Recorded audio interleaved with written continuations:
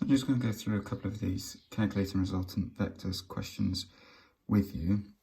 Just going to go through the 2 and 3 different ways in which you could calculate them, and hopefully one of them will make sense to you. So if we look just first of all at question 3, so the original way in which you should be working these out is using a scale diagram. Now essentially, to do the scale diagram, you just want to put it obviously into scale. So for that question, you've got your first force, if you like, is 6 newtons. So it's easy to do this on squared paper, but you can just measure it out with your ruler. So each of these boxes here is a centimetre, so I'm going to use that as a newton for each one. So I need to draw 6 of these boxes. 1, 2, 6 in that direction, so that is going to be our 6 newton force.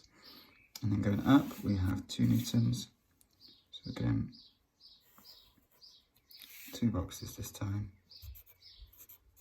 2 newtons force there. And we want to know essentially what is going to be the force in this direction.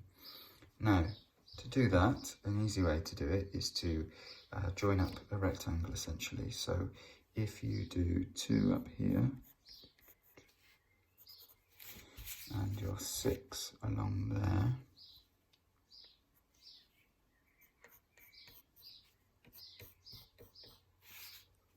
okay, so you've got your 6 there, your 2 there.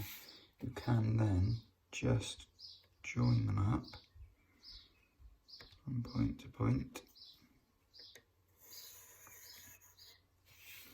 And if you've drawn it to scale, you can then just measure this. So we've got 6.3. So if it's 6.3 centimetres, that must mean it's 6.3 newtons. And again, with the angle, you just need to measure the angle. And that comes out at around about 17.5, 18 degrees. So that is the easiest way to do resultant vectors. If you just want the magnitude generally, so the size of the force, is much easier to do it like that. The angle is not as accurate because your drawing might not be that accurate, the squared paper, etc.